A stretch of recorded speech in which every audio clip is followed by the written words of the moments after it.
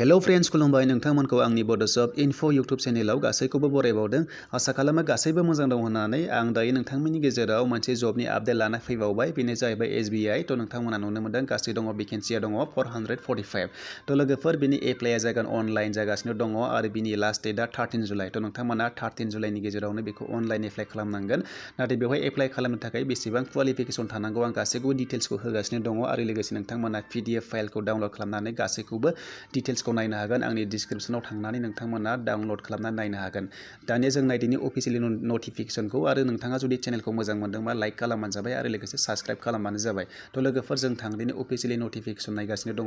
जोङो गोनांखौल' नायगोन नोंथांमोना डिटेल्सखौ नायनोबा PDF फाइलावनो गासैखौबो नुजोबगोन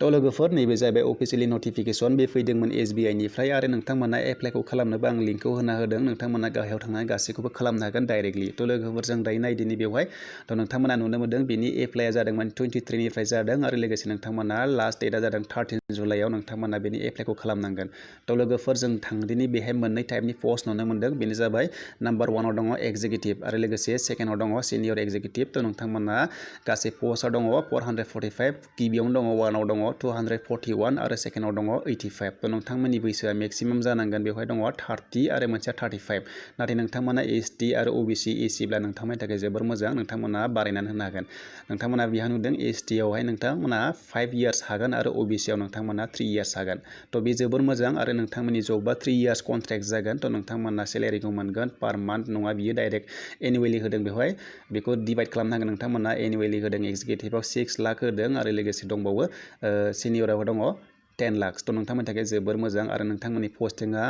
अल ओभार इन्डिया जागोन लोगोफोर नोंथांमोना जिखुनु जाया स्टेटआवनो बेहाय पस्टिंखौ मोनगोन थ' लोगोफोर जों बेखौ बुजिबाय आरो नोंथांमोना नुनो मोनदों माखासे इन्सट्राक्सन दंबावो थ' लोगोफोर जों नायदिनि गोनांखौल' नायगोन नोंथांमोना डिटेल्सखौहाय थांनानै नायनो हागोन थ' लोगोफोर बेवहाय दानिया नायदिनि बेसेबां क्वालिफिकेसन थानांगोन बेवहाय दङ नोंथांमोना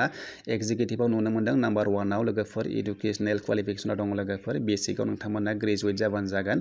नोंथांमोना नुनो मोनदों ग्रेजुवेट इन रुरेल इक'नमि बा एग्रिकालचार बा एलाइड एक्टिभिटिस बा हर्टिकालचार एज 4 इयार्स फुल टाइम कर्स थ' नोंथांमोना बेवहाय नुनो मोनदों आरो प्रिपेयार नोंथांमोना नुनो मोनदों पस्ट ग्रेजुवेसननि थाखाय बांसिन जागोन आरो लोगोसे नोंथांमोनखौ माखासे नलेज नायगोन बेफोर जाबाय नोंथांमोना साउन्ड नलेज अफ रुरेल इक'नमि थ' बेफोरखौ नोंथांमोना नायना लानो हागोन आरो नोंथांमोनाहाय बेवहाय नुनो मोनदों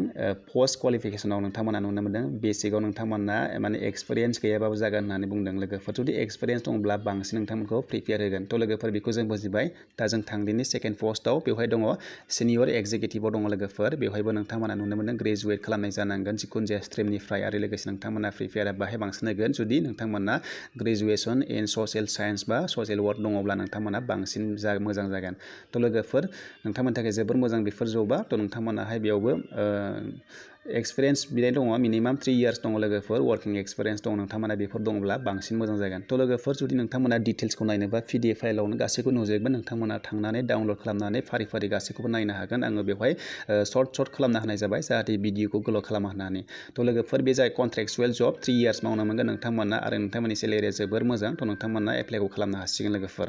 आरो नोंथांमोना एप्लाइखौ खालामनो थाखाय नैबे नुदों हाउ टु एप्लाइआव नोंथांमोना थांनानै नैबे होखानाय लिंकआव थांनानै नोंथांमोनाहाय बे वेबसाइटआव थांनानै एप्लाइखौ खालामनो हागोन लोगोफोर आं नोंथांमोना होनानै होदों लिंकआव नोंथांमोना थांनानै डाइरेक्टलि नायनो हागोन एबा नोंथांमोना